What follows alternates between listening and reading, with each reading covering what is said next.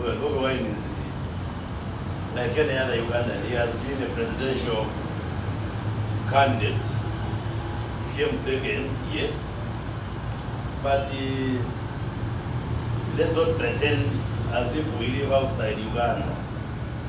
The kind of political culture some of these actors have brought is that his politics is associated with radicalism, extremism, belligerence, defiance, and we all know, like I said in the statement, where in his campaign, he was saying this is a protest campaign. He was even urging his supporters to mobilize the vote, cast the vote, defend it, demand it in a manner that was inciting the public. That in case he doesn't win, then something should be done. Any responsible government will not take those kind of threats lying down, especially judging from our history where we have had cases of post-election violence and we have lost lives. So government has a duty to protect all of us.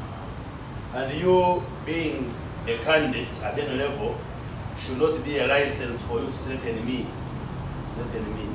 A political contestation should not be a ground for you to incite violence and cause harm to others. Now the reason why security has deployed at his home is basically for monitoring purposes, because there is adequate intelligence information regarding what was being planned to cause insurrection. But nobody has chased him from his home. Like I have said before, he's free to be in his home provided he doesn't engage in criminal activities. He's free like any other candidate. There were 8 candidates. The others are at home and living peacefully. Like I have said it before, he's just trying to create a story where there is none. He is not wanted by the state.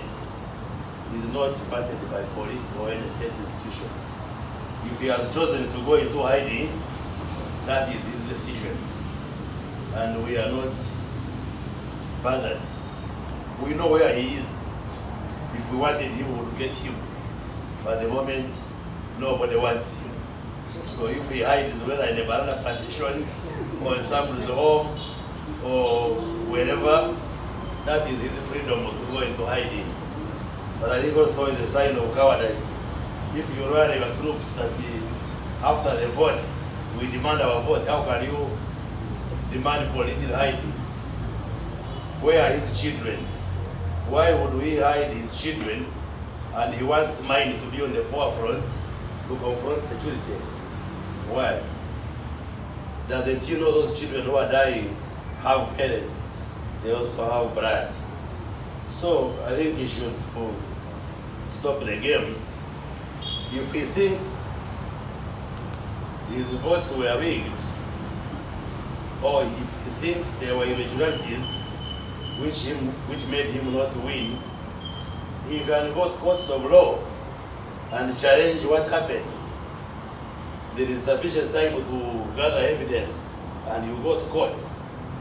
You cannot be a president of Uganda unless Ugandans have voted you. Whether he goes into hiding during the day and the night, that will not make him a president of Uganda. What will make him president of Uganda is going to the people cast the ballot, they count the votes, you get the biggest percentage and you are declared. There is no shortcut. So thinking that you will just play games, just attract sympathy, I think that's the wrong methodology that he's looking at. And whether he thinks he will be helped by the international community or other activists, that might be as well daydreaming. So, like I have said before in the media, Honorable Kyagulanyi is not wanted by the state.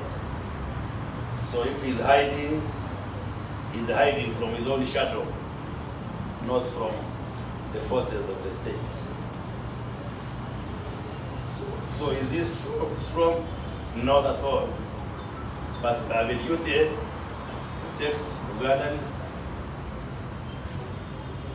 If there is information that anybody is organizing to engage in criminal activities which threaten our security, then the state has a duty to ensure that you and I are safe from those criminal intentions. So it's in that regard that there is light and security at his place just for monitoring purposes. The allegations that she made, I also watched on social media her narration, which, like I said, I have not gotten any briefing regarding those who were physically there at her home. But there seems, from my judgment, there is a sense of exaggeration in what she says. When she says I was hit on the ball and injured, using my naked eye examination as a doctor, I don't see the injuries. I think there's a lot of politics just playing around, and but I condemn any improper handling of anybody, particularly women. Even if the security officers went to search for anything, there would be no need to improperly handle Baby Kyagulanyi or any other Ugandan. You can still do the search lawfully without harming anybody. But her narration seems to be laced with a lot of politics and exaggeration. That's my own analysis from what I saw. But we shall find out. We shall find out internally whether indeed there was an element of abuse, because being an opposition political leader is not a crime. It's not a crime. And being a spouse of a political leader is also not a crime. So those kind of notifications are not called before. They are not called before. But we shall find out to see whether there was any abuse at her home, because our security forces are guided by the code of conduct, and they are not supposed to cross the line once they are doing their work.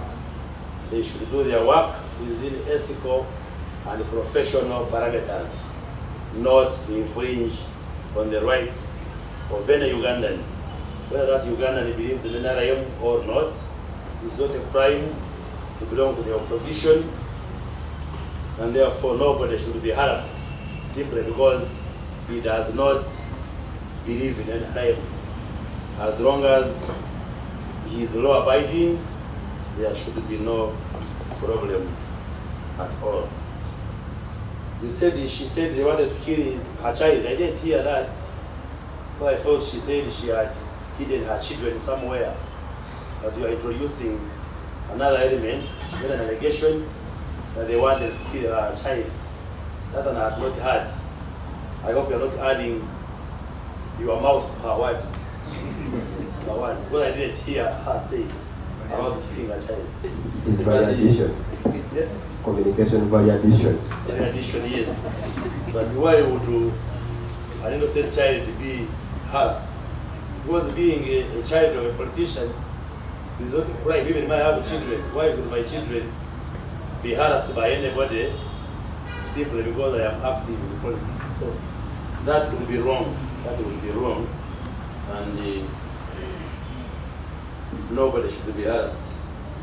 Whether the politician himself or herself or the children, as long as they are law-abiding. But even when they break the law, then if they are to be arrested, they should be arrested in a manner that conforms to the provisions of the law.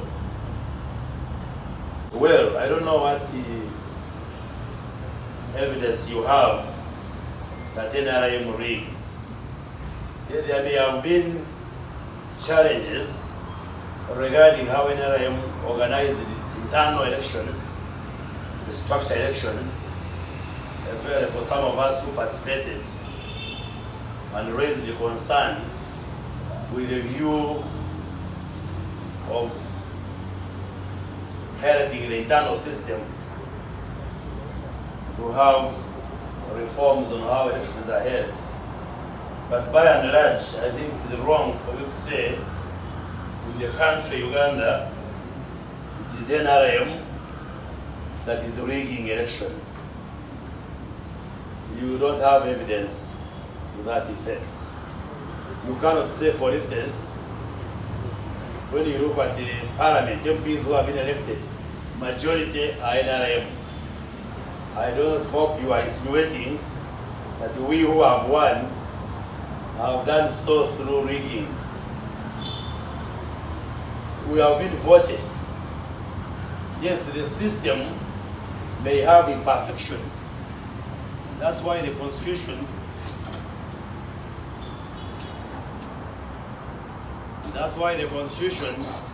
talks of free and fair. Doesn't say free and excellent. Those are different words.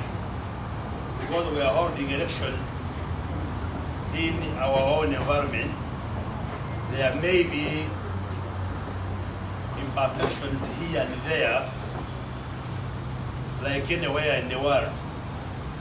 But it's not true that NRM depends on rigging. NRM is popular. It's popular in the country because it has a record.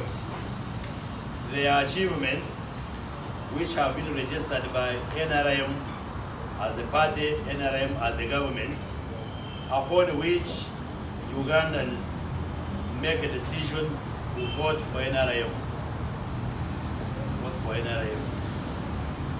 It is not by accident that you find NRM is the only party that can register support across the country. Whether you speak of the north, the west, the east, the central, NRM is dominant because of its presence in Uganda for the last 40 years. Unless you choose to be blind yourself, you can't say, for instance, that NUP in Uganda has a stronger presence than NRM. Unless if you are deceiving yourself, you can't say. You can't say Kyagulanyi is appreciated by Ugandans to be an alternative to the NRM government today. You cannot. And that's why we are challenging him. If he thinks he garnered majority of the votes, let him go to court and bring the evidence. He could not raise candidates in all the constituencies. Where he voted from, he had no agents. So how do you say you are strong when you can't raise candidates? How? Did NRM stop him from raising candidates? He raised the candidates in some constituencies and they have won. Why were they not rigged? Kampala here, the Honorable Engineer Barimweso, who has been my colleague in Parliament, has overwhelmingly won in Kampala. Why was he not rigged? Why did we allow him to defeat an NRM candidate? Why have opposition MPs won in some constituencies? Because if NRM had wanted to use the rigging machinery, they would be rigged out. In my district, I said it on TV the other day, the Honorable Kyagulanyi never stepped in the Kanungu, but he got some votes, even when he didn't have agents.